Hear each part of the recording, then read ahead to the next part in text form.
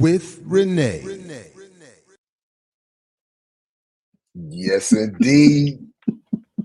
Back at it. Renee Johnston, Jared Ball, Saturdays with Renee, episode 42. That's Renee. wild. That's wild, right? So that means we're almost at a year of doing this. I mean, it doesn't feel like it, but I guess technically, I mean, that would have to be true, right? I mean, 52 weeks? How many weeks in a year? Okay, 52. right. It's 52. Yeah. So we got it. Yeah. I mean, you're right. It doesn't really compute that way, but No, but that's crazy. You're not sick of me yet? Not even a little bit. Usually it's the reverse. There's this scene. I usually don't like referencing, especially after I seen his politics and some of the recent regurgitated scandalousness. Mm-hmm. But there's that scene in the movie Seven where they ask Morgan Freeman why he's alone. And he says something like, people just find, they tire of me after something like that. And I've always been like, yeah, I resonate with that. Things start off good with JB. And then it's like, yeah. That's why my wife has us on a 15-minute clock when we interact. That's our joke. Yeah, it's a joke. We can only interact for 15 minutes, then we need to take a break. That's how we've made it for 20 years. That is hysterical. But I'm thoroughly enjoying it, and today we have another great. Yeah, it's gonna be a headbanger. There's a lot happening. So just so folks are not confused, we are not live. We had to pre-tape to fit with some schedules and make sure we get the show up and running at 11 o'clock. So we're not live, but we are probably in the chat. Yes. So I will. We can definitely be in the chat. Yeah. All right, but a lot to do. The run sheet is chock full. And then you were both, I didn't even get to tell you. I wanted to add a little, I got a video sent to me that relates to something you had on the run sheet. And then you had something on the run sheet that we both got sent separately and had the same reaction to. The Olympics intro. Is it the Olympics intro? Garrett, what is happening? What is happening? It's not me, right? No. So those who study the history of Black America will note that for the longest time, Black people in the world were seen as non-compliant, forced contributors to the American project. So there was like that solidarity with the rest of the particularly colonized world. They would see Black America and be like, no, we get it. We know you're not, we get it. Right. We know you're not really them. But over time, I'm telling you, they're trying to take that away. It is wild. It's wild. So now Black people go into the world and don't automatically get that pass. Right. Because you go out in the world and you act like, you from the US. And we can't be distinguished. Right. In the same way. You raise your flag, or wear your flag on a bathing suit. And I can't, I saw that last night and I was do you want to start there, or did you have somewhere else you wanted to start? Why don't we start there so we can get that chuckle done before Claudia gets here. So this is just shaking my head, man. Yeah, so like I know she did the country. Wow. And then I thought I had it ready, but I couldn't, and then I got distracted by that. But there's the did you see the LeBron one? No. The LeBron flag carrying, because he's the flag bearer. Is he? Yeah, so here's some footage. This was and people out here L'America, calling it L'America now. So he's the one leading the flotilla, waving the flag. There was even better shots that I was seeing elsewhere from the boat that they were on, where it's just all the flag waving and it's just all of that. All of this here. It's just, and where And did you see what that thing said just now when you paused it? No, what is it? Did I just read first African American male athlete to bear the flag? Is that what I just read? Oh yeah. That I think is part of the. Hold on, I'll pull it back up here. But yeah, that is, I think, part of the whole. So we're still doing firsts. First male NBA flag. Yeah, first male NBA flag. First male NBA flag, right? Because they had forgot one of the WNBA players did it, I think, or it was a woman basketball player that had done it previously, but this was the first Black man to do it. So do you feel the freedom? We're just like full steam ahead on. So my son, who cracks me up sometimes, his new thing when people are doing like the ultra patriot thing, he'd be like, "This is America. Caw. My pronouns are USA." Oh wow. Wow. US. That's the thing. That was the thing when we were doing our soccer talk show, and I was like, that's the main reason I can't because I know when they're chanting that in the stands, it's not just about the country. It's not. It's got that very white nationalist whatever on it, and so yeah, so the whole thing of, because like my daughters, I grew up with it, and then I passed it on to my daughters. They grew up with the John Carlos Tommy Smith image on their wall, among others. Right. And like that is gone. It's a wrap now. Like it's we are all in this, boss, together, boss. And I just can't get with it, man. I just can't. Me neither. I can't. Like I just. Yeah, and when I, and I felt this way for a long time. I mean, I think my first active protest was when we were in the Navy, and they were telling us you can't, everybody would get the Cruz jackets with the flags of all the countries you visited, and it would always start with the U.S. flag, and then there was a movement among some of the more aggressive whites to put the rebel flag on top, and then the other flags. And yet we were told we couldn't leave the ship if we had a Malcolm X shirt on or a Bob Marley shirt on. Those were the two names specifically mentioned. And so one of the first things I did was we went to the master chief of the ship, who was a brother, and we submitted some, I don't know, statement or whatever. It didn't do nothing, but it was to say to him, like, you're the highest ranking enlisted man on the boat. And black as hell. Can we do something about this? They literally got a traitor's flag on top. Remember, them dudes was traitors. Like, they went to war against your country. Remember that? Like, y'all forget that part? Never mind the slavery. But whatever.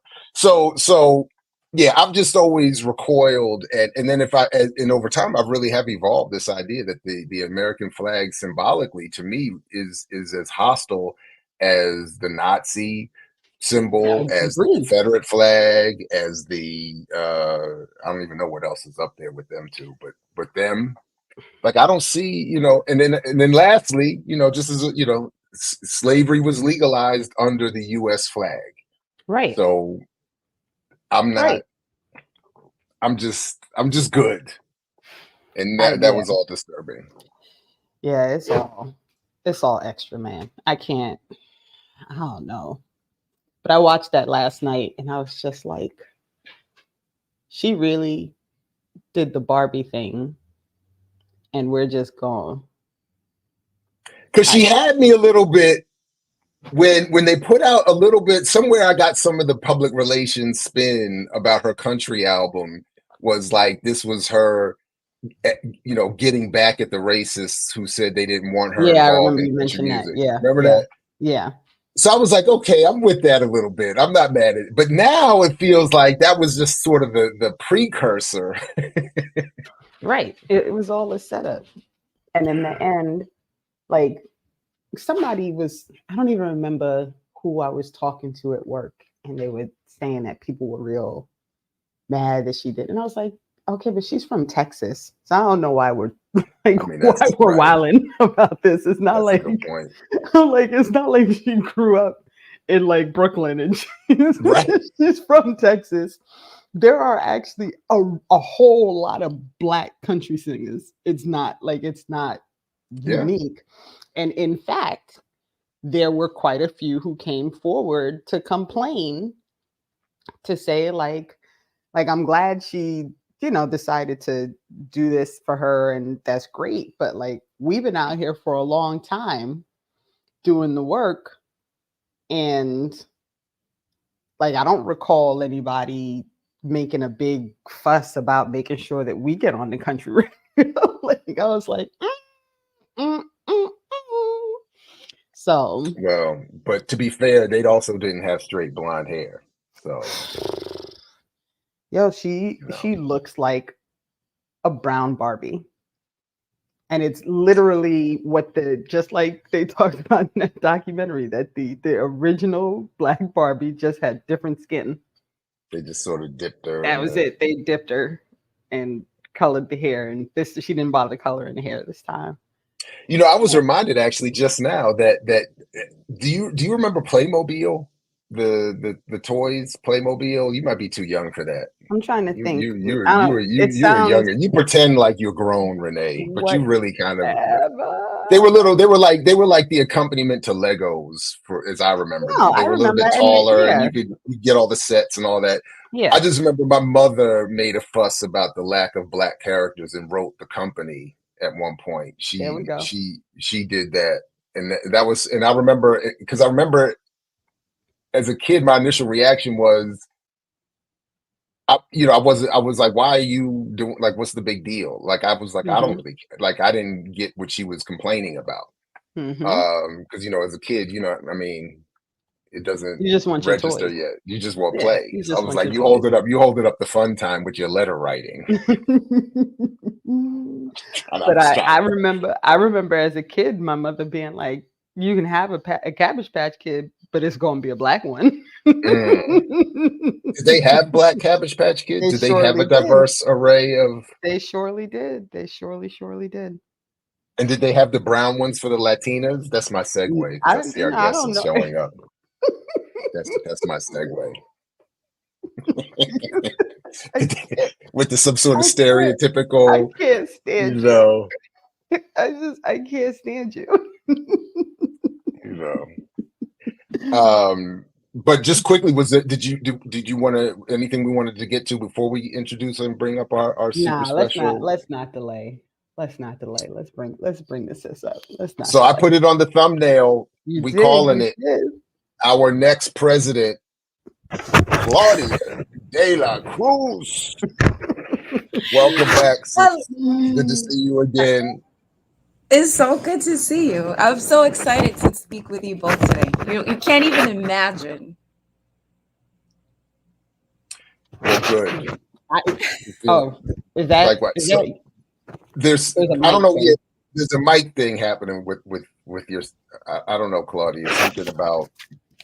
Yeah, there's. You can't hear me? I don't know what you're using. No, we hear you. Oh, I know what. Are you using if you're using your earbuds? I think it's either your hair or earring. Something is scraping against the mic. That's what we're hearing. That's what I think. Probably my hair. Does that work? You know, yes, that's better. So not trying to, we're not trying to do the stereotypical, what is it, the newsroom thing with black women in their hair and all of that. But, but we unfortunately we had a little tech issue with Claudia, I'm so happy to see you, sis. How are you? I'm good. I'm good. I'm excited to see you both. Super excited. That's what I said. I am so excited to be speaking with you both before the tech issues. Yeah, there we go. I'm so glad you could make it. We were literally on text, like, who can we? And I was like, Claudia, let's see if Claudia is free. Like, let's see. Because and then you did exactly what you needed to do during your speech in DC. You were like, we're not giving her a pass. And I was like, yeah. Well, so this is, can I start with my conspiracy? Because this was my conspiracy. I think the whole conspiracy was, despite all that has been said, they got rid of Biden because they saw you and Karina coming. And they were like, we can't beat them on the politics and the platform. So we'll just throw the gender, we'll sacrifice a black woman and say, we're going to stem the tide of this all woman ticket that's clearly about to take over the presidency. How do you, I don't know if you assess it the same way, but I am curious, and Renee, I don't know where you wanted to start, but I'm just sort of curious, broadly speaking, where you are with the changes in the Democratic Party and the so-called two major parties, and what you think that means, aside from my silly joke and conspiracy, what you think that means for your efforts, if anything. I mean, I don't think it's a silly conspiracy, and I'll tell you why. Because it's not a matter of myself and Karina. Every time there is some sort of social movement that is being strengthened and takes the streets and represents young people, Black and brown communities, working class communities, the Democrats find a way of disarticulating those movements. And Kamala Harris is that. Like, we can't have such a short memory. I mean, I'm gonna date myself, right? Like, it happens consistently. Think about recent history. 2008. We were in an economic crisis. There was the so-called war on terror that Bush had initiated. Remember that? There was a political crisis for the ruling class at that moment. That was economic. And it was also, the calling out of the U.S. empire for doing a lot of the things that are very much similar to the things that they're doing now, again, in the Middle East. Who do they bring? The greatest thing since sliced bread. Barack Obama, right? He became a cultural icon before he even became the president of the United States, because the media, the corporate media took on and made this image of this man that was, the next thing and the strongest thing since civil rights movement. And what did Obama do? Because I think it's important for us to ask questions like, why them, why now? And what is the implication of their campaigns? And what is the implication of a potential presidency? Obama, the first Black president, was responsible for the expansion of AFRICOM,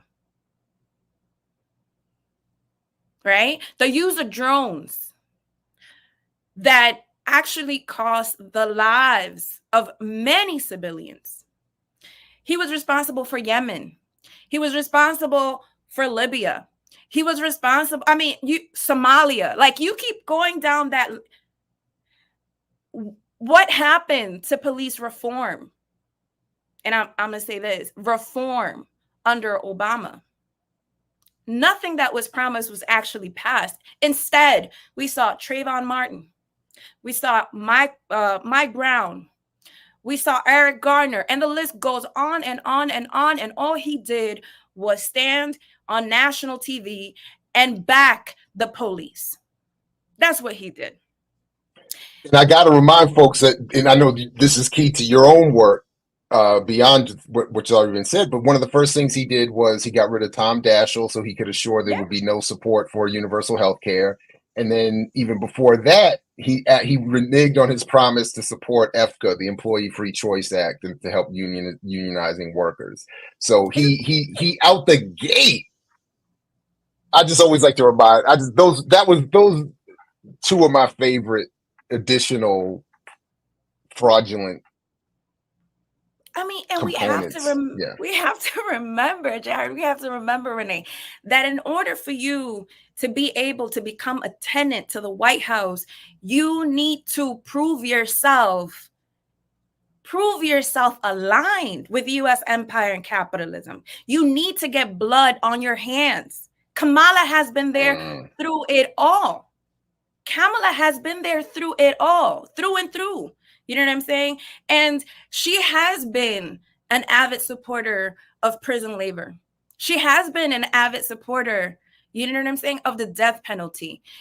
As a prosecutor, she criminalized parents. And so do we think, honestly and really, that she constitutes a change, that she actually constitutes any type of, real change for what we need in this current moment? And I think the answer is no. I think people in so many ways conflate feeling to politics, right? Like there's a certain, I could validate people's feelings. It looks good. The first Black president, you know what I'm saying? Obama stood there and gave his speech when he was, became the president. And I can't even explain to you what was happening in Washington Heights, where I was living at the moment. Majority Dominican community, young people were coming out and celebrating like somebody won the Super Bowl. You know what I'm saying? Like it constituted the image of someone that spoke closer to what you speak, like someone who said he was progressive. But let us not forget, this was also the man that cut ties with his family pastor because he was anti-Zionist. He went on national TV and said, I don't know that Negro. That is not my pastor. And this was the same person, Jeremiah Wright, who helped Obama become the political force that he was in Chicago. And so if he married them. Listen, if he does that to one of his close friends, what the hell do we think he's going to do to us? And so I think, I was listening to the Ballad of the Bullet because I just feel like Malcolm is way more than an ancestor. He is our Black consciousness. He keeps telling us who these people are. He said, you keep putting them first and they keep putting you last. And he goes down to say things that are so relevant to the last 4 years of the Democratic Party in power. They had the first 2 years, they could have codified Roe versus Wade. They could have actually solidified people's ability to have control over their bodies. And they didn't. And they didn't do it because that is a little piece that they dangle in front of us when they want our votes. We have to be sharper. We have to be bolder. And so my brother, my sister, I see this and I'm like, we need to have historical memory. We need to understand their tricks, because if we don't understand their tricks, we're going to keep playing their games by their rules and we're going to keep losing. Yeah. I think this is the perfect time to remind people who Kamala is, because she says it. She uses her own words. And I can't co-sign on the group that posted this video because but what we gonna see now? Wait, which one is which one is this? I'm just saying, I feel like these are the times. Is this the WITF? No, that's your girl. Line 12. Oh, that was the girl. Right. Yeah. Okay, line 12. Yeah. Line 12. Because this, I feel like And then you had on the run sheet something else I noticed too, by the way, on about her website. So we're gonna do all of this. All right, here we go. I think that part of what happens is, there are those, especially in this race, and as it is gearing up, people are gonna say, oh, Kamala was po-po. She Hi everyone, this is Attorney General Kamala Harris. As California top, that's what she called herself.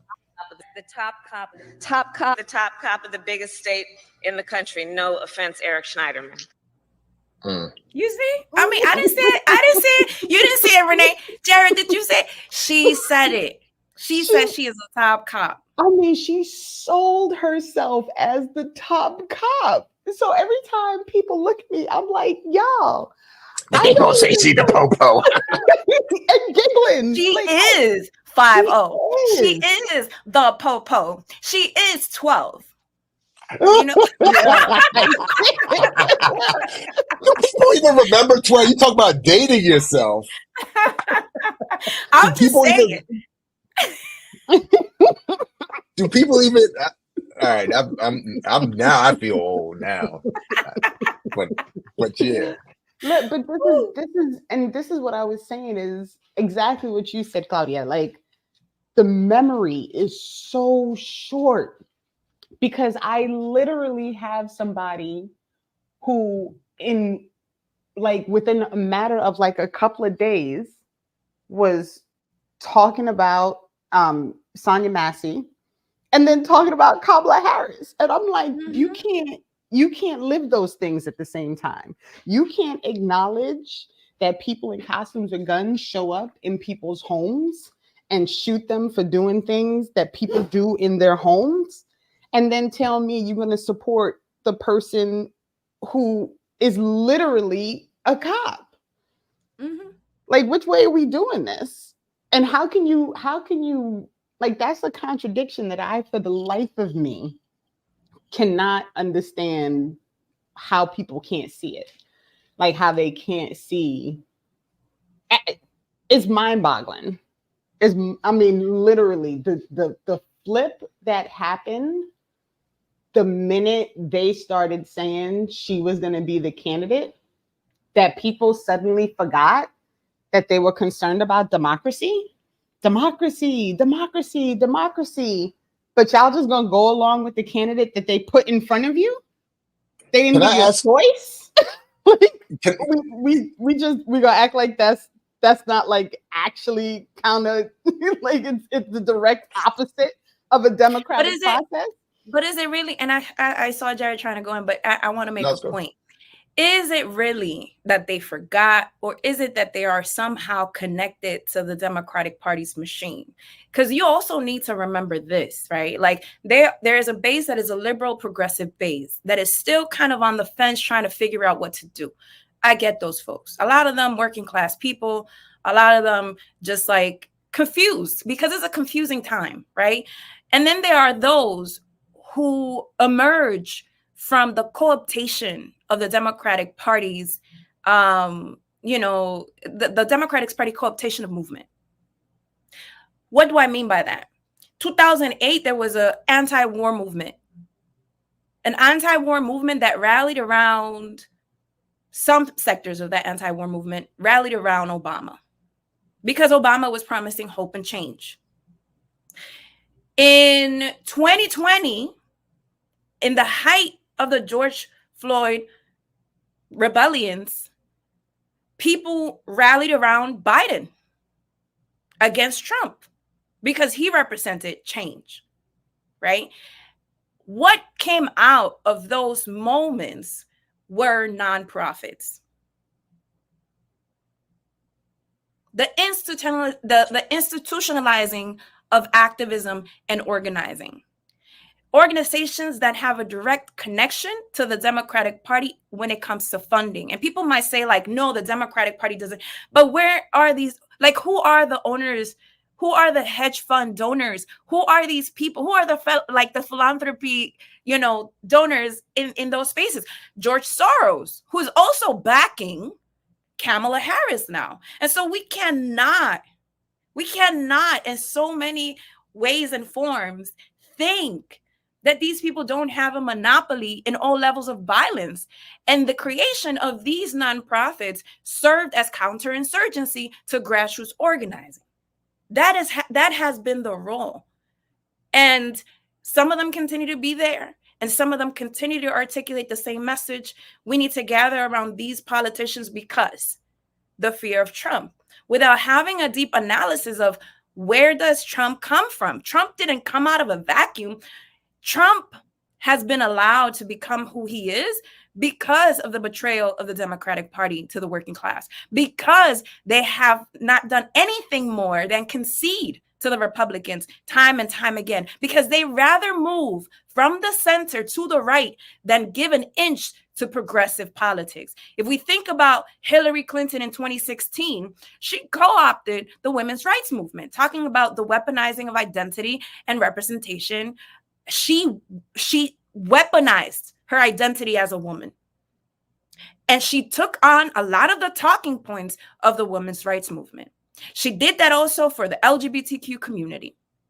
But she was actually there in so many forms to put the nail on the coffin for Bernie's presidential run. And she did.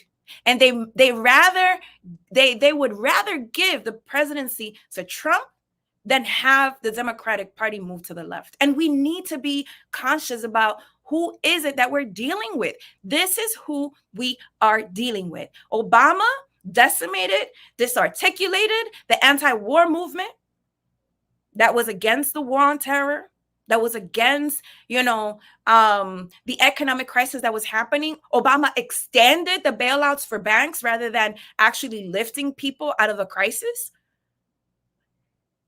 Clinton, Eric Holder said we can't do nothing. He said it. He said they're too big to fail. And so, like, what are we playing here? And I think, again, for some sectors. And then I'm sorry to cut you off, but he also upped the bounty on Assata under Obama with Eric Holder, and a black FBI agent read the announcement. Yep. That's right. Yeah. Black people in high places will not save us because they themselves have had to prove themselves to master. They need to prove themselves to the master. And they come out whenever the master decides they need to come out to play their role. And we need to be honest about that. And there is no, diminishing another Black woman, because the thing is that ultimately is about class interest. There's a population of people, there's a strata within the Black community that aspires to be Kamala Harris and that does not have any qualms of selling their mama to be there. And I don't know about you, Jared. I don't know about you, Renee, but my ancestors were not trying to fight to have a seat at the table of the master. They were trying we don't have to go to ancestors. My godfather right now, Tom Porter, is still alive, who says all the time, we were not marching for the right to vote, absent with the desire for actual power. That's right. It was not simply for a right to, and then he also says if everybody who was on the Edmund Pettus Bridge, everybody who claims to have been on the Edmund Pettus Bridge was there, would have collapsed. Listen. Light-ass activists. That's it. Oh, but what I was going to ask you, but you both mentioned the institutional process here. My other conspiracy was that when I saw the phone call Kamala got from the Obamas, and Michelle being on the Morgan tweet. Is that on the run sheet? Is that? Oh wow! All right, my bad. So. Wait, what? Tell me the line. It's the last line. Oh, it is right there. It says right there. Because this was what I got in the middle of the night, and I was like, "Y'all, why are you making me agree with Piers Morgan of all people? What is going on right now? What is? Okay, so they have the video. Okay, perfect. Let's see. Oh, am I going to be agreeing with Piers Morgan too? Hold on a second. Kamala. Hello. Hi. Hey there. Oh, hi. You're both together. Oh, cheesy. So cheesy. My girl Kamala, I am proud of you. This is going to be historic. we called to say Michelle and I couldn't be prouder to endorse you and to do everything we can to get you through this election and into the Oval Office. Oh my goodness.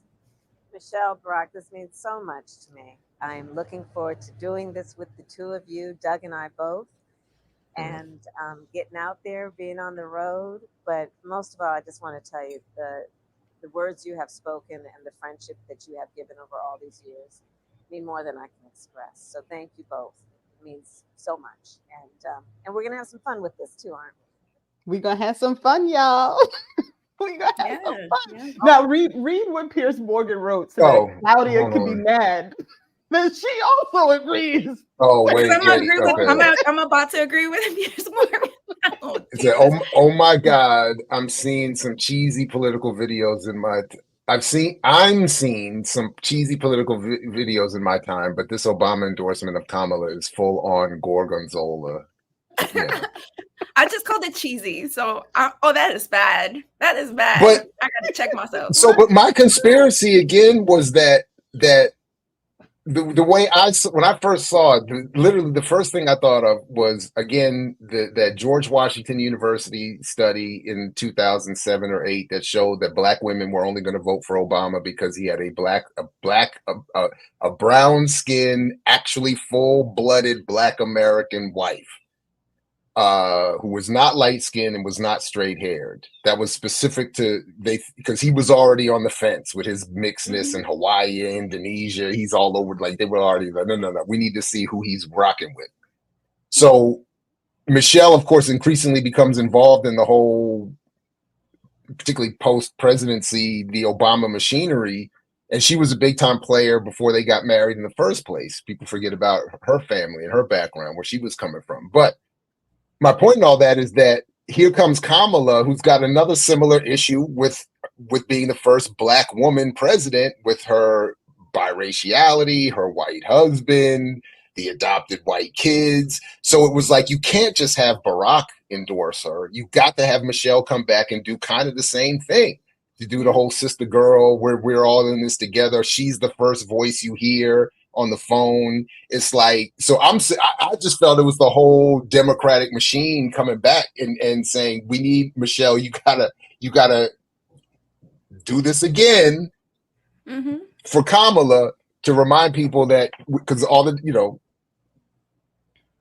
she's Black, but she's Black. She's Black. So we need, we need that. Anyway, that was what I thought first. Listen, the minute she started getting these endorsements, she got the Clintons, she got the Obamas. I mean, can we stop with this nonsense, please? I'm like, you got all the people supporting you that we should have no business being okay with, and everybody's excited.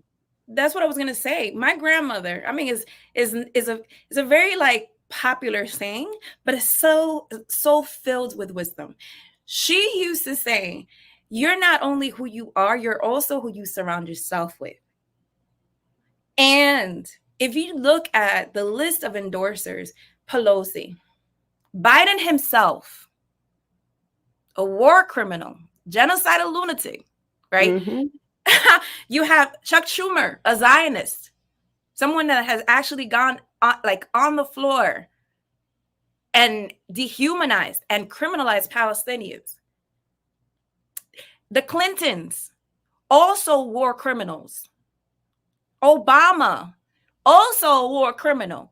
You're going to tell me that if I had an inch of dignity and integrity and did not agree with such politics and behavior, I would be okay being around them? No, she is totally okay because she, again, has been there through it all.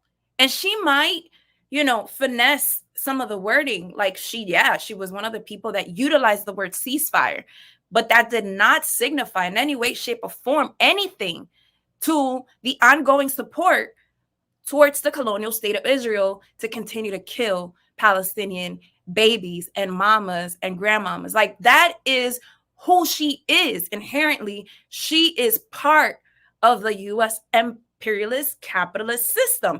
And she needs to protect and defend that above all. The New York Times 6 days ago released kind of like an article with some of her big donors, right? Because it was like, oh, Kamala in the first 24 hours, she, you know, they collected, I think it was like $84 million or something like that, or I don't know. But can we talk about who are these donors? We're talking about Silicon Valley. We're talking about Wall Street. We're talking, again, that middle upper strata of Black bourgeois people that are interested in her maintaining their interest intact. We need to be clear about this. She isn't there for us, and she isn't being put in that position to back our interests. She's put, like, these people are going to call when there is a time to pass a policy and say, hey, this is what you need to do. Yep. And we need to be clear. Jared, on the run sheet, the donor box line, it lists all her. Like, listen, you already have. Claudia, we do this every week. Every week, I'd be like, bruh, can you go to the run sheet? You already got it. You know. There you go. Yeah, look at that. So 81 million in 24 hours. And okay, here we go. Reed Hoffman. Can I get rid of this? Yeah. Oh, Melinda. So we got Bill Gates and Soros. Yeah. Who are leading every other world and global conspiracy that right. Apparently and yet, but we should trust them here. Yeah. And again, they've done amazing work doing the same thing in other countries, disarticulating opposition, dismembering organizations that are actually advancing the struggles of working class people. That is what they have been doing. Like the non-profitizing of activism, which ultimately limits what you can and cannot do, what you can and cannot say. And we need to be very clear about this. I mean, I just feel like, so one of the things that I caught is the Microsoft, there's a whole thing on Site News. And I didn't drop the link because I didn't know how much we were going to be able to get to. And I felt like the run sheet was getting too longer and longer. It was getting longer and longer. And they're talking about, you know, how Microsoft is like trying to weigh their weight with her to get rid of, you know, trying to stop, why am I blanking on the word? You know, when one company take the monopoly, it's a morning. Monopoly isn't the word? No, yeah, monopolizing them?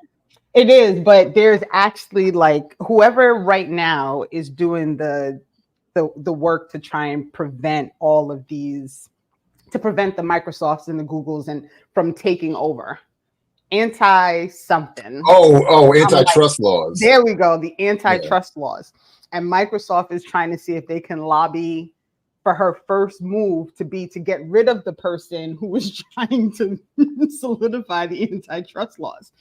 And so, you know, these are the things that I feel like people just aren't paying attention to. And it's always the same problem when it rolls out, right? Like it's always that there are all these things that are happening that no one is reading, no one is discussing, and for a variety of reasons, including you got to go to work and you work 2-3 jobs and you don't have time for all of this, right? Mm-hmm. And in the end, these are all the things that continue to be living in a place where you have to work 2 and 3 jobs in order to survive. And it's like, it's the never end, and we're just circling the drain on this madness. And yet, and still, you have people jumping up and down and getting excited because the Black woman's on the ticket. And I'm like, have we not learned? Like, have we learned nothing? Nothing. We've learned nothing. I think, you know, that is true. I think that there's an intentionality in keeping people in that race, right? Like running around in circles, trying to make ends meet, not having time for recreation, not having time for educating themselves, not having time for socializing, that is becoming more and more prevalent, even within young people. Like, they really do need to work to be able to survive. Some people are living 5 to 6 people in an apartment. You know what I'm saying? And I'm talking about young people between the ages of 23 and 35 who cannot see themselves having a future within a capitalist system, and they are forced to have multiple gigs to live, and so they don't have the time. I feel like it's also very intentional, and I keep saying the disarticulation of movement, meaning the breaking apart of political organizations, because one of the things that political organizations do is maintain the memory of movement. If you weren't around in 2008, 2009, it's very difficult for you to look at what Obama did and what his legacy was, and how that there was cooptation of movement. If you weren't around in 2011 in Occupy and this whole conversation about decentralized leadership, which wasn't decentralized at all, there were leaders, right? You miss the mark, you miss the history, and so you don't have that lineage that is there to make sense or make meaning of the current moment, because it's so disconnected to what has happened historically. And they do that very intentionally, because if they wouldn't do that, it would be so much easier for us to say, wait a minute, they're doing the same thing they did in 2008, 2009, 2016, 2020. Like, they have been doing this strategy over years. And again, it would be difficult for them to be able to maintain and sustain the lies and uplift these people if we were more organized. And, again, I keep on bringing Malcolm. We are not outnumbered. We are out organized. And it's a very intentional dismembering of our organizations so that we don't have memory. Because once we lose memory, we lose focus on where we need to go. We lose orientation. I just quickly, because if you don't mind, I saw it in that story, and it's something I had started looking at a few years ago when they mentioned Act Blue, the political action committee that raises money for Democratic Party candidates. Just already in the 2023-2024 cycle, they've already raised $1.5 billion. They've already spent $1.5 billion promoting various Democratic Party candidates. In 2020, it was $2.5 billion. So they're spending and raising billions of dollars basically every year to promote Democratic Party candidates, which trickles down to a lot of the media that targets our communities. It muddies up the conversation. People are not being honest about the encouragement that they get to promote these candidates. And it makes the work that you and we are all trying to do that much more difficult. But you were right. That's meant to speak against the power you're talking about.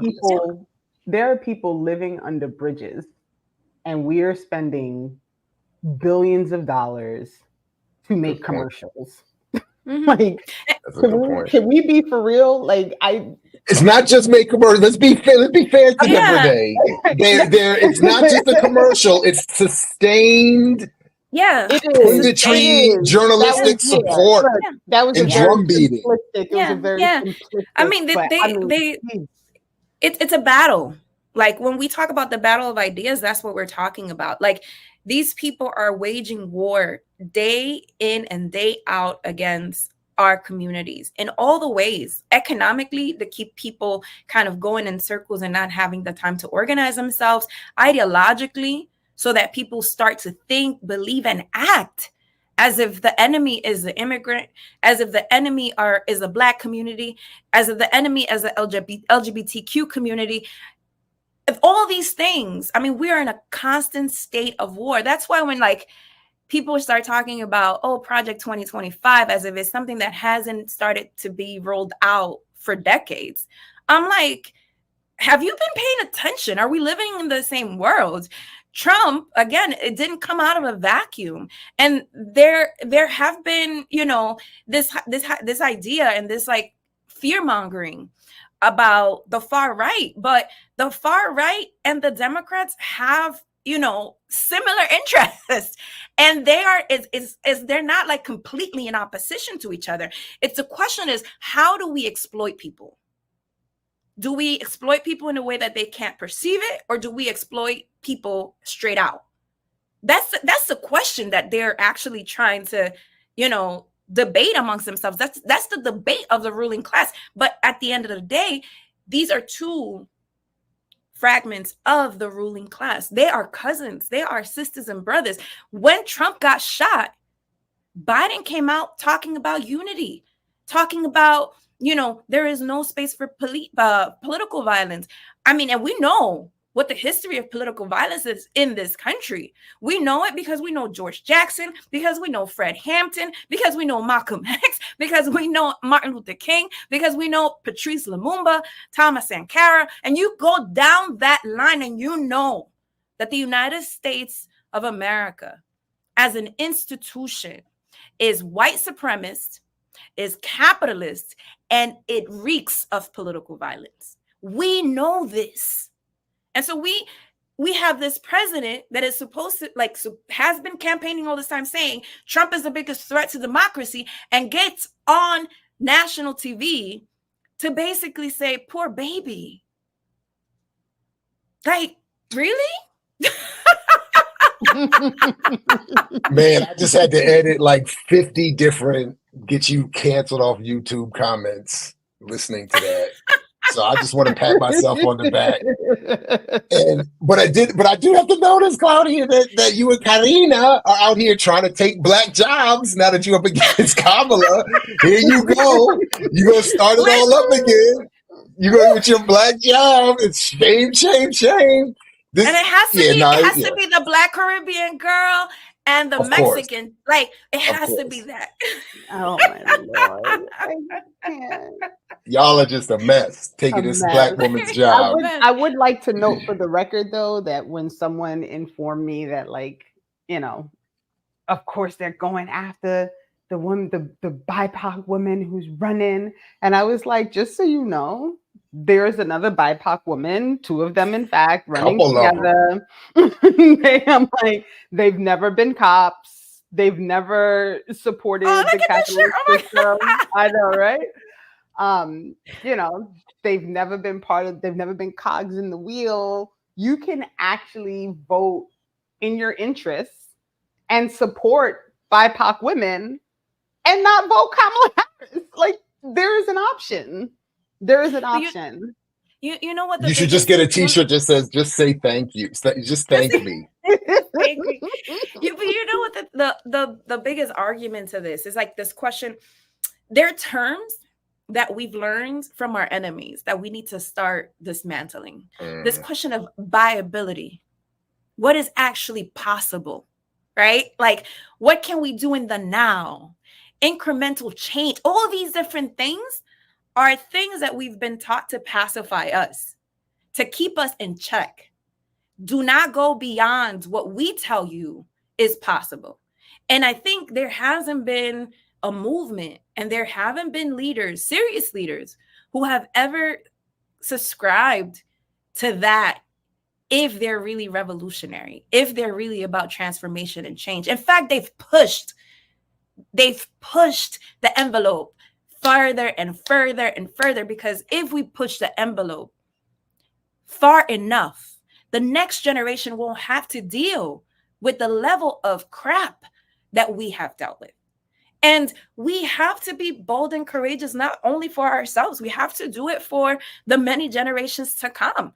I mean, we need to understand, and the fear, we get it, like the fear mongering, like Trump speaks and like they're like internally your body's like, oh my God, because he actually is very blunt about what the project is, but it's not solely his project, is a ruling class project. Project 2025, when I say has been ongoing and has been rolling out for decades, the levels of surveillance that we have in this country, the brutal militarization of police. Cop City has expanded under Biden's administration, not Trump. When we're talking about the cages that were built in the border that Trump used, Obama did that, right? Like, we need to be clear about how these things work. Again, taking back the achievements of the women's rights movement around Roe versus Wade and our right to access an abortion. They could have codified it during Obama's administration, actually. They could have done that then. Biden could have done that in the first 2 years of his term.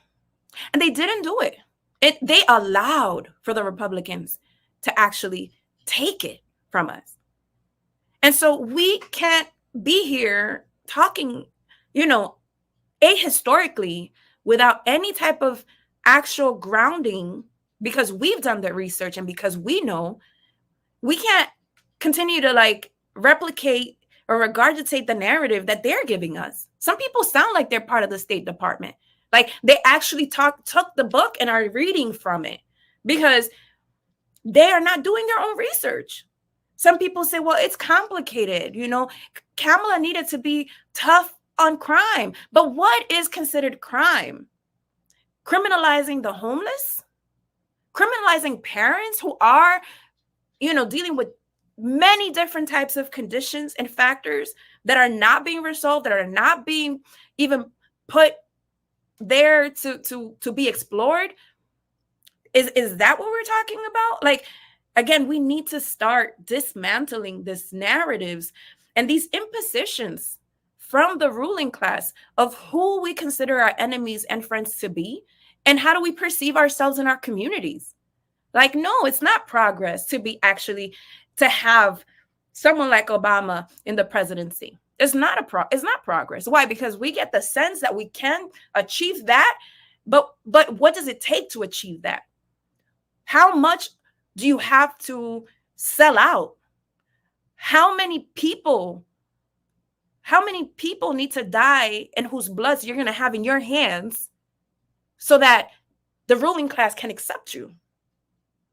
And so if that is our aspiration, to be the blackface, the woman, the LGBTQ person in that White House under capitalism, we got a problem, because we've sold ourselves out completely, and we are ready to do the job of U.S. imperialism. And I'm so glad you put it that way, because this whole Agenda 47 and Project 25, and I keep trying to point, and we did a whole segment on it, because your girl's crazy. And I went through the 101 organizations listed on that website to figure out who they were. And almost all of them have been in existence for decades. And I'm this, putting it that way, that these things are projects of the ruling class now. Mm-hmm. And they're all working together now. And, the question I keep asking people is, what is this future that you want me to be afraid of that isn't already happening, that isn't the present? Because I'm unclear. I'm unclear about what the major differential is between post November or post January 2025 and right now, when Black women boiling water in their kitchens are getting shot in the face. That's right. And then, the story being told is that it's suicide until the video comes out. Mm-hmm. What is this world, this future world that I'm supposed to be, so terrified by, that's going to change the terror that I live with right now? Because mm-hmm. And the crazy part is I'm okay, right? Quasi okay. Let me not go too far, right? But I have a roof, right? I know where my next meal is coming from. You know what I'm saying? I'm relatively okay. And I'm terrified of the current situation mm-hmm. in this country, because as a Black person, I am not free. And I'm mm-hmm. very, very aware of that reality. And so I'm, mm-hmm. I keep saying to people, what is this what is this future under Trump? Under the person whose policies have been continued by Biden over the past 3.5 years, right? Like, not like so much has changed when he left office and Biden came in. Mm-hmm. Like, what is this future that I'm supposed to be so terrified of that I should be voting against my own interests? Because I'm not seeing it.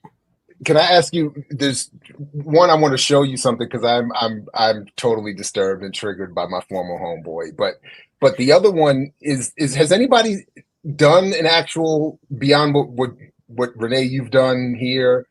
A comparison, for instance, between the project for a new American century of 20 some odd years ago and this project 2025, because I think to both of your points, what I've looked at, it's just a recycling, but I'd be fascinated if that specific thing had been performed.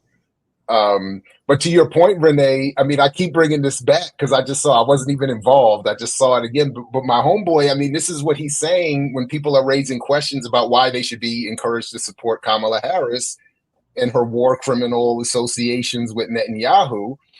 And my homeboy is saying, here, pay attention or tell us you want Trump to give full reign for full slaughter. And I keep bringing it back to this because this seems to be the narrative that what we're seeing now is like genocide light or like half genocide, partial genocide, and that Trump would actually, there's another level to this. Claudia, before you respond to this, on the line on Israel, I think it's like row 13, the political article. Let's pull up why Ms. Harris did not chair that meeting.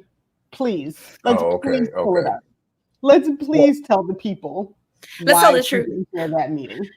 Harris plans private meeting with Netanyahu as she skips congressional address, which some wanted to give her credit for.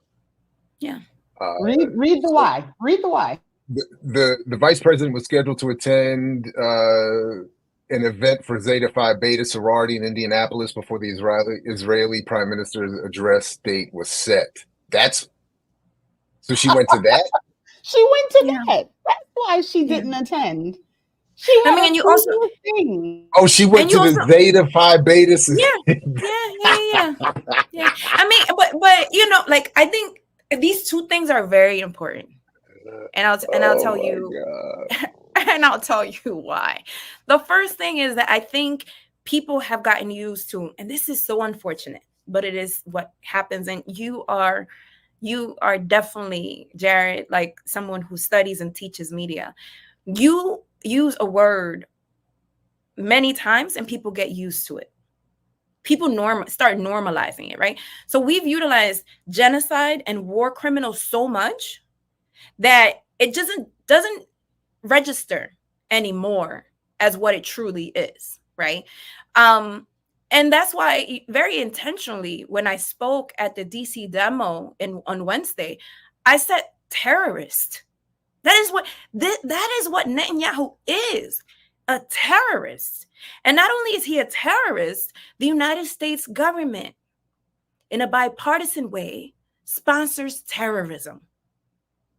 Like we need to sit with that because that is what it does and what has done historically. And Netanyahu is one example of so many throughout history. And so, of course, like, you know, they're going to talk about the light slaughter versus the full-blown slaughter. Because guess what? We are detached from that reality. Ask a Palestinian person who has a family member who has lost over 100 people in their families in Gaza, whether that is light slaughter. It's disrespectful. It devalues life. And that is what we're taught to do in the United States, because for as long as we don't see it or experience it, it doesn't have to do with us. Capitalism and U.S. imperialism desensitizes us and dehumanizes us to the extent that when a kid gets shot in the middle of the street, the first question is, what were they doing? So, like, it's a capitalist logic, and we need to divorce ourselves from that logic if we want to remain human. Point, like, period. Why would Miss Kamala Harris choose to go to the sorority event and not be in Congress and not have it publicized that way in the mainstream media broadly? Because they want to give the impression that somehow she is more, you know, she has more consideration towards the people in Gaza, which is a lie. It is a complete lie. And we need to be really cautious about it. And what does it mean for her to be visiting sororities at this point? Is that those are the pockets of the middle class strata, Black and brown, that will ultimately get in line because they want Kamala's position someday in their lives. Let's be clear. And worse, isn't it that she's an AKA too? How dare she? The treachery. The treachery. But they can't wait to be like, my soror's president. Yeah, it is the wildest thing. It's wild. Oh, it'll go on the recruitment materials. You know what? Yeah. Pledges.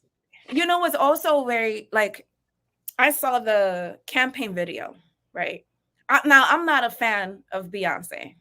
I know some people are going to hate that, but I try to be as coherent as possible, as much as I can. You know what I'm saying? Beyonce writes a song, who runs the world, right? While she's also exploiting girls in Africa to get her clothing line up. So we have to sit with that. And we have to sit with the question of whether we are down with exploitation by this Black woman simply because she's Black. So Kamala takes Beyonce's song Freedom to come into her, That's right. She said you could use it. I forgot that part. She uses it and she gives a speech about how we are committed. And when I say we, she means, it's Kamala saying this. The Democratic Party is committed. Her campaign is committed not only to have working class people, struggle or barely live, but to thrive, And she talks about this being a race to freedom. Now, let's talk about what this race to freedom means. And we've already mentioned some of the elements previously. This race to freedom has meant the occupation, invasion, war, and killing of Black people across the globe. This race to freedom has meant betraying working class people, union busting, stagnant wages, the militarization of police, the development of cop cities, the pumping of mass incarceration. And that is the race that we're supposed to actually get on to get freedom? The same capitalist race? Or are we supposed to tear that down in our path towards liberation? I don't know. We have to make the choice, Jared, Renee. Message.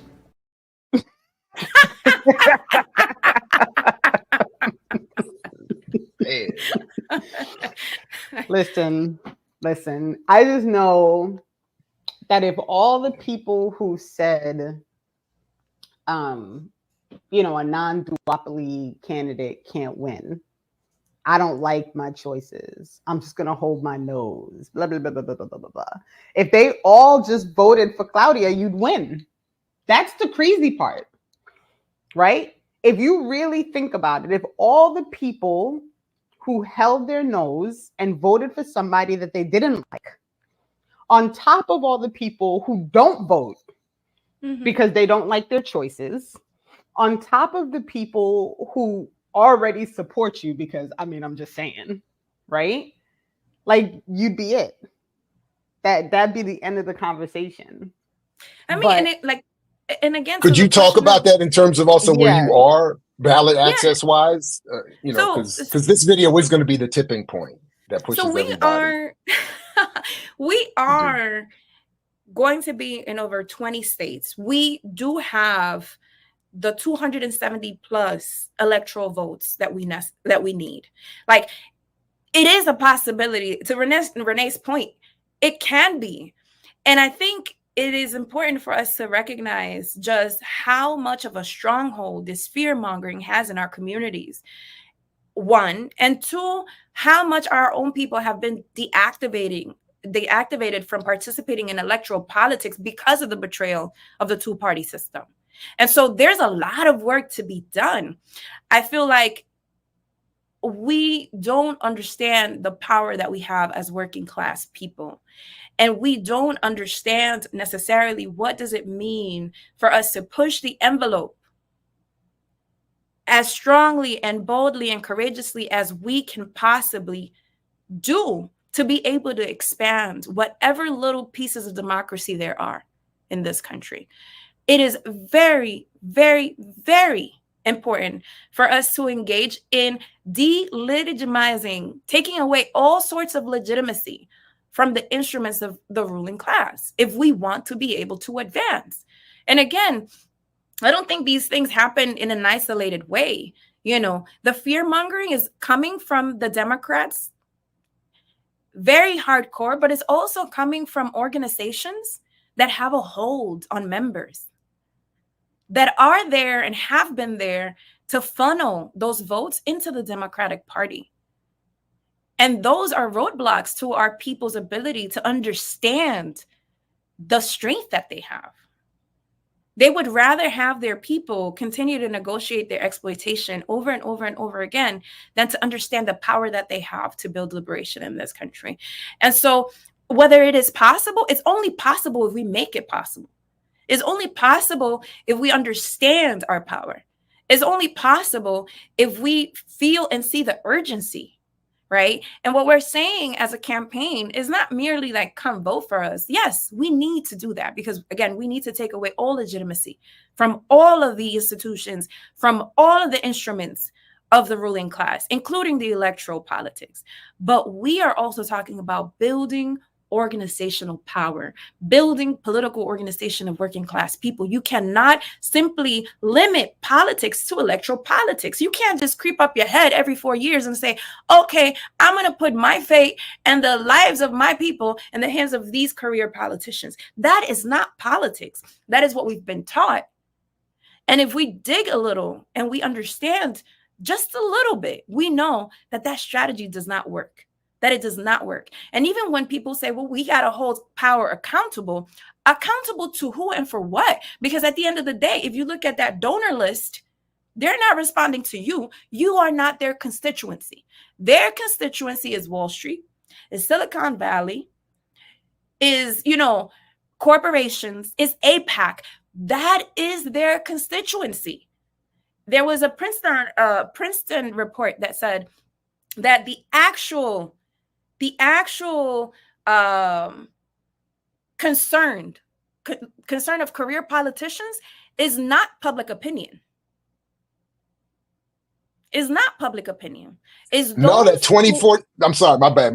Yeah, I'm sorry. Go ahead. Because I just remember that 2014 report. It said we're not a democracy. It said they concluded it's an oligopoly.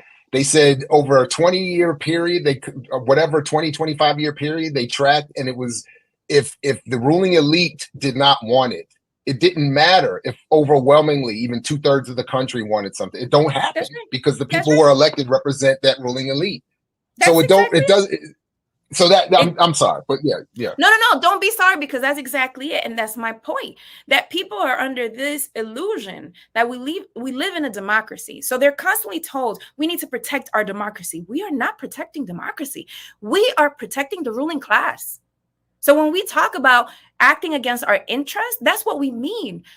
We are legitimizing and protecting them, not us. Their win has never been our win. Their advancement has never been our advancement. In fact, it has been at the expense of our liberation that we have continuously supported them. And we need to hold that and do something about that. And I feel like, again, the misleadership is always going to creep out and is always going to look like us and is always going to talk like us and is always going to tell us, but you know, this is what's viable and this is what's reasonable and this is what's possible. It is possible because who said it's possible? Are we going to allow our abuser, those who gaslight us, those that continue to violate us, be the ones to tell us what our limitations and possibilities are? That's what we do with capitalism. We could actually, I'm even selfishly loving the pettiness of it. We can have a whole, like, the electoral college can finally work for us. Like, we could have a whole push where we're like, you know, all that you just said is right. The organization, the politics, it was beautiful. But I'm not even at your level. I'm just thinking the pettiness of saying you've been running this electoral college nonsense my whole life, and now we're going to flip it and get Claudia and Karina 270. Stop playing. And listen, I will never forget. So when we were in Newark, when you all did the campaign launch, and you all spoke about the intentional decision to campaign in a specific number of states because you calculated what you needed in order to get the electorals, right? Mm-hmm. And I sat there and literally thought to myself, damn, they figured it out. You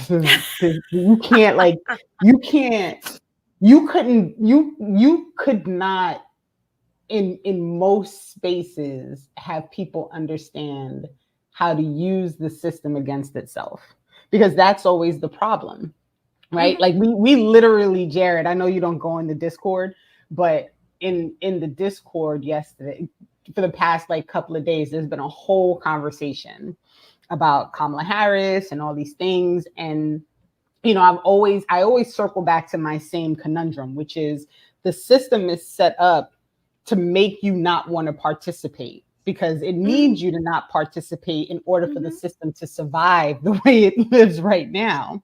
Because the minute people really start to participate, it's going to break, right? So how do you manage this? Because it is true that electoral politics is not the way. It does not work. It's not like it, but that's because the system is set up that way, right? Yeah. So how do you get to a place where participating in a system that is specifically set up to not work for you is going to work for you? Because if it works for you, you're going to break it. It is the craziest conundrum ever, right? Like literally the craziest one ever. And it exposes. I think a lot of it is exposing exactly how it's created, right? I think for a lot of the folks that have volunteered with the campaign, which by the way are over 7,000 volunteers all across the country. That's a lot of people that are volunteering to collect, like in Georgia, people collected over 17,000 signatures. And these are volunteers. I mean, we don't have the money to pay people, right? We could proudly say that it's a volunteer effort for people to go out in the streets and collect these petitions and do all the work necessary to be able to get us on the ballot. In Atlanta, over 17,000, you know, that's a huge training ground for all those volunteers to have to go out there and talk to people about socialism, about the platform, about the need to expand democracy and have more voices. And to say that 17,000 people actually in matter of weeks signed those petitions says a lot about where we are, like in the ground. People travel. This is like no lie. People travel 4-5 hours where Karina and I are going to speak, to sit there for an hour and a half and be in conversation and talk to other people, because they're trying to break through the isolation, because for the first time, there's a sense of hope. And winning doesn't look like winning this election. Winning looks like building people power. And so for us, you know, that in itself is breaking through what we've been told we can't do. And that is essential to get to a point where you could actually, again, push the envelope within the structures and systems that they have created. And so I think, when we see it that way, it's not a matter, because again, I think we also need to understand how the so-called democracy is built. The Electoral College is one thing, collecting all of those things, but all of the legal barriers that the FEC places on campaigns is crazy, right? The demand in terms of money, like literally money is key to running these campaigns. And we have had the great privilege of having small donations that have allowed for us to do all the things we've been able to do in the last months. But imagine if we had a leveled playing field where every campaign actually had access to mainstream media. Every campaign had access to the same resources to be able to, imagine that. But we don't have that because we don't live in a democracy. And so people who engage in volunteering in the campaign, from party members to volunteers who this is the first campaign that they've ever been engaged in, they're able to have a better sense on how democracy actually works in this country. And that in itself is training. That in itself is training. They're not dealing, with the Democratic Party necessarily, and these campaigns that actually pay and tell you go get these signatures, and you go get the signatures and come back. And it's like very transactional. You don't have to learn anything because a democratic machine actually runs it. Like, no, our people are learning. And our people need to learn that because, many of us don't even know what the Constitution says. And we all talk about slavery being abolished, but there's a huge sector of the population that's still enslaved. And that the Constitution actually affirms as right. And so we need to learn these things if we want to dismantle them. And we have to stop believing the lies that we're being told by our enemies. Our access to a vote were things that our people fought for. And like Jared said before, it was beyond a vote. Our people weren't necessarily just seeking for our people to go into the ballot and check a box. Anybody could do that. It was decision power, economic, political decision power that people were fighting for, that people were hosed down for, that people were killed for. And we haven't gotten there yet. And so we have unfinished business, both in the electoral arena, but in the day-to-day work that we engage in that is also political work. So, not bad. Go ahead, Renee. Go ahead. I was just going to add just real quick. So don't forget what you're about to say, because I know how you do. No. I was just going to say, we brought up how mainstream media has been looking at this presidential campaign. I'm so curious how this is all going to switch up now that somebody else is in for Biden. I guess they'll just switch the picture. And you are suspiciously missing from every article that talks about who's running for president. It's so suspicious, right? But we talked about this last week, and every mainstream media follows the same. It's like the same outline, right? They all went and they decided this is how we're going to do it. We're going to talk about the Democrat. We're going to talk about the Republican. We're going to talk about the third party, but we're going to skip Claudia and PSL and Karina. We're going to act like they're not in. And then we're going to talk about all the people who dropped out, right? It's literally the with same bios outline. And write-ups and shit. Like literally. And when we went through it, I was like, mainstream media can't put you out there. Because you might break something the way the white women broke Zoom the other day. Like there's no like a white woman broke Zoom. You didn't. The Zoom. We don't have to take the time. I'll catch up later. It's for Kamala. You ain't know. Oh my God. The black women went first, and the black men went, and then the white women went, and they broke Zoom. You didn't know? Oh, listen, there's a line. The run sheet, Jared, the run sheet. There's a line. But it was so. Oh, the Zooms. Yes. But when I really looked through it, and I was like, they are so slick because they don't want people to know you exist. right? Your voice out there is everything they don't want. Every time my mother hears you speak, just so you know, she's like, oh. Like, you're not even, y'all are not even working to be on the ballot in New York, and you writing you in might actually get my mother to go to the ballot box. I just want you to understand, like, how much you are a voice for the things that nobody wants real people to understand. And I hope you feel that, right? Like, every time I get to be in your space, I'm like, oh, my sis, I just love her. Like, I hope you understand how important your voice is. And it really, really is.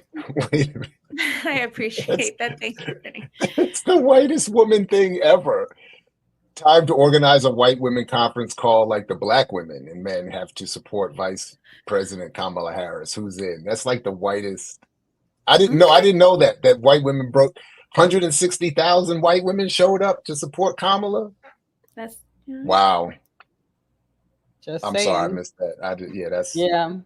Listen, that's why there's a run sheet, Jared. So I know it's a mess, but I'm just a mess. But I and all I was going to add is that I would want you to say a little bit more about the specifics of that ballot access that you all have and the pathway to the electoral.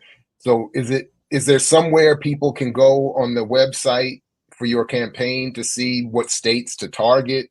Are there states we should be encouraging in particular, like so that we can know in support of your campaign? And I know this is reducing the broadness of what you all are actually doing. I'm just caught up in this actual the minutia of your potential to actually win, which I would, because I just want to run that petty line. We could actually win.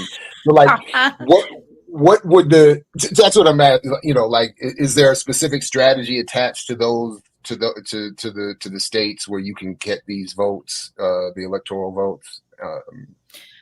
Yeah, I mean, folks have completed for the most part. There are some states that are still kind of like the timeline or the deadlines to submit signatures is going to be towards the end of the summer. And so there are states that have submitted or are counting signatures. Folks could go to the votesocialist2024.com website. We should be putting up the map of where we have ballot access already, where petitioning has been completed, and the states that are still pending. And folks could sign up to volunteer in the campaign or at least receive updates from the campaign, because right now we go into campaigning mode.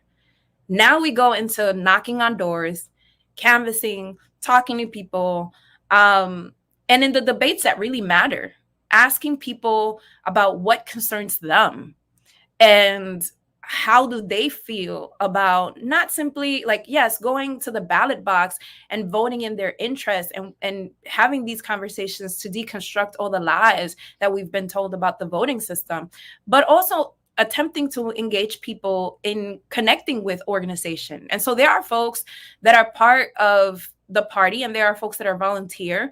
So I think it's an opportunity to advance the ideological battle in favor of socialism, in favor of our interests. And that's where we're going. That's where we're headed now.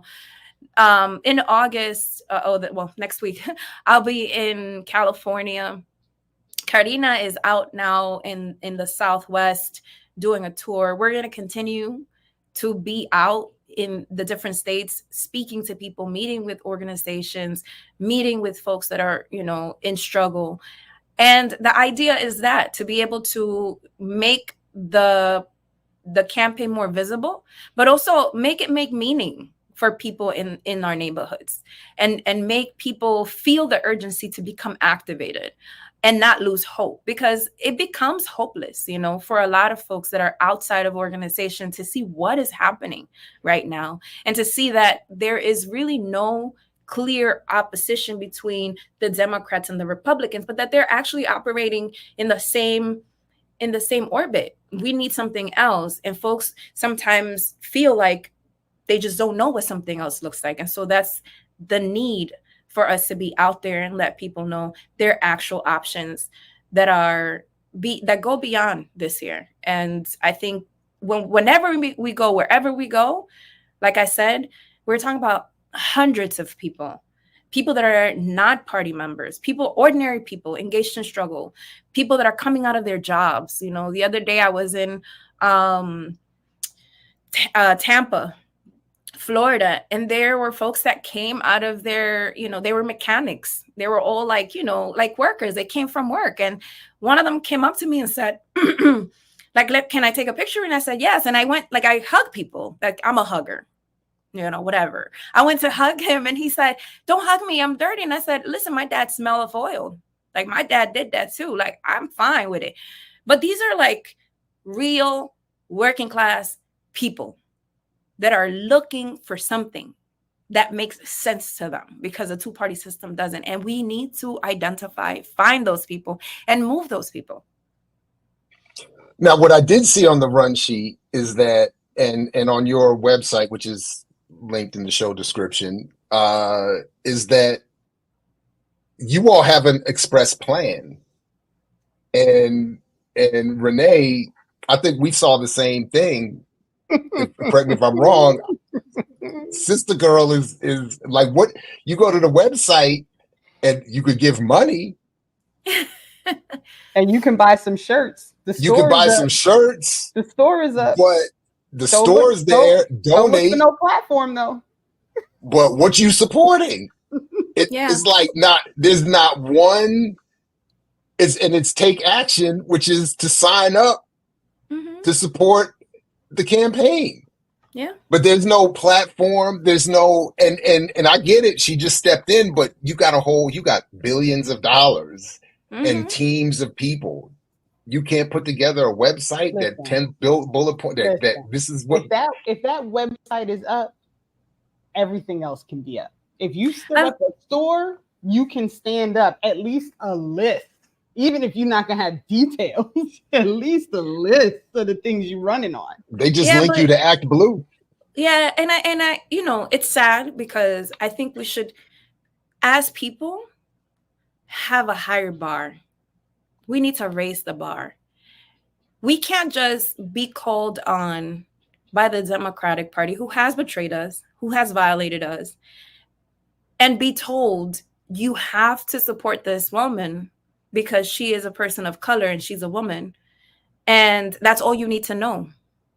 What are our demands? And are our demands listed in her platform, which obviously doesn't exist, because her platform is a continuation of Biden's platform, which was a continuation of Obama's platform. Like, we have to be, which are all the people that are there endorsing her because they know that she will continue the job.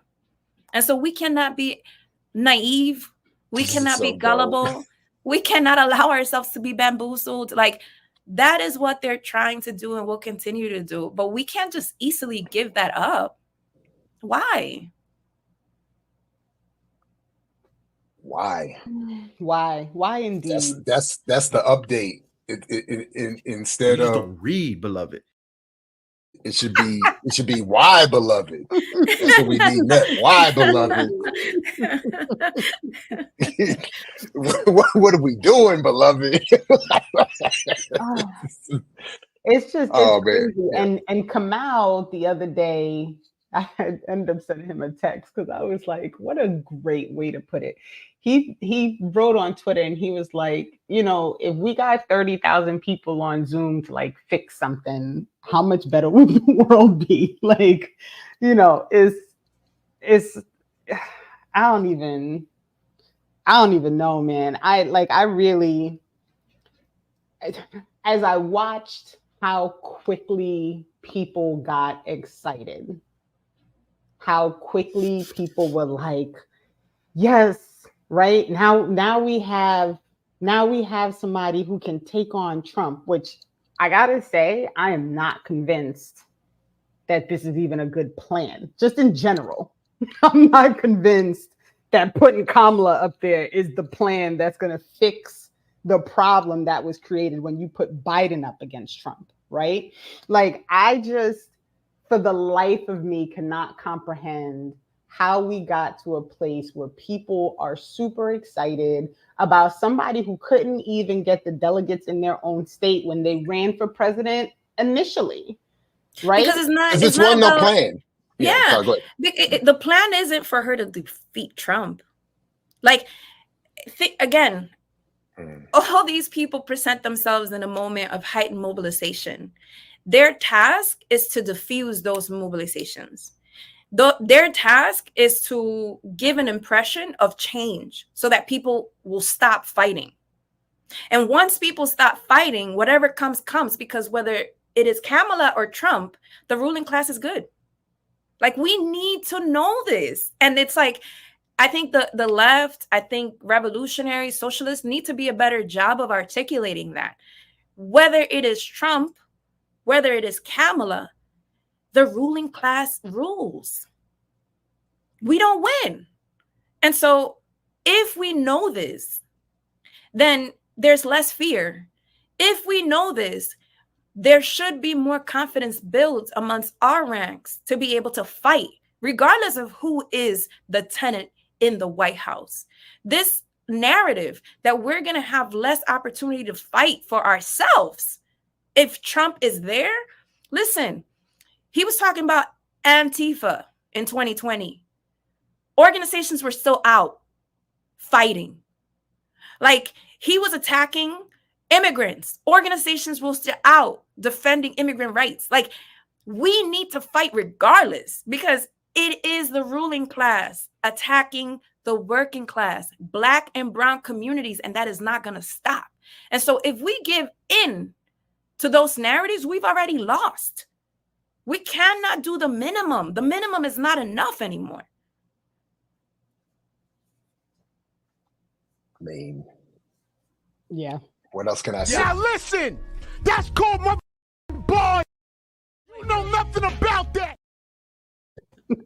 So I know you gotta go. We gotta go. We gotta get ready for Warrior class and make sure we have time to process this video.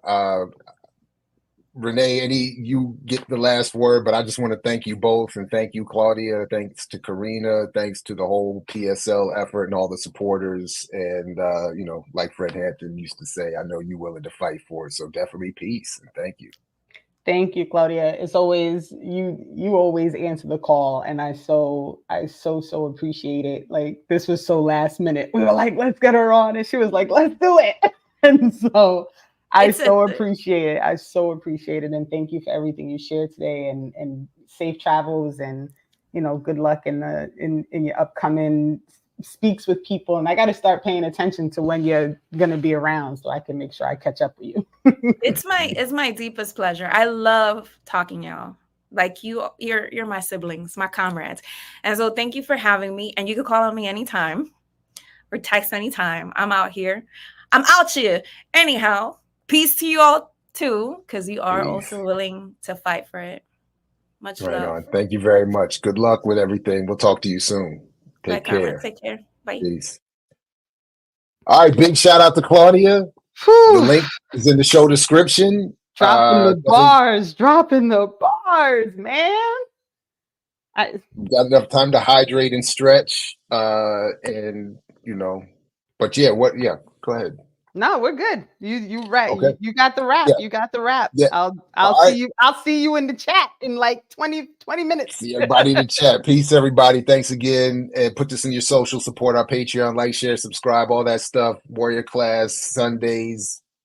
Ring the bell so you don't miss anything. Peace, everybody. And catch you next week with more Saturday with Renee.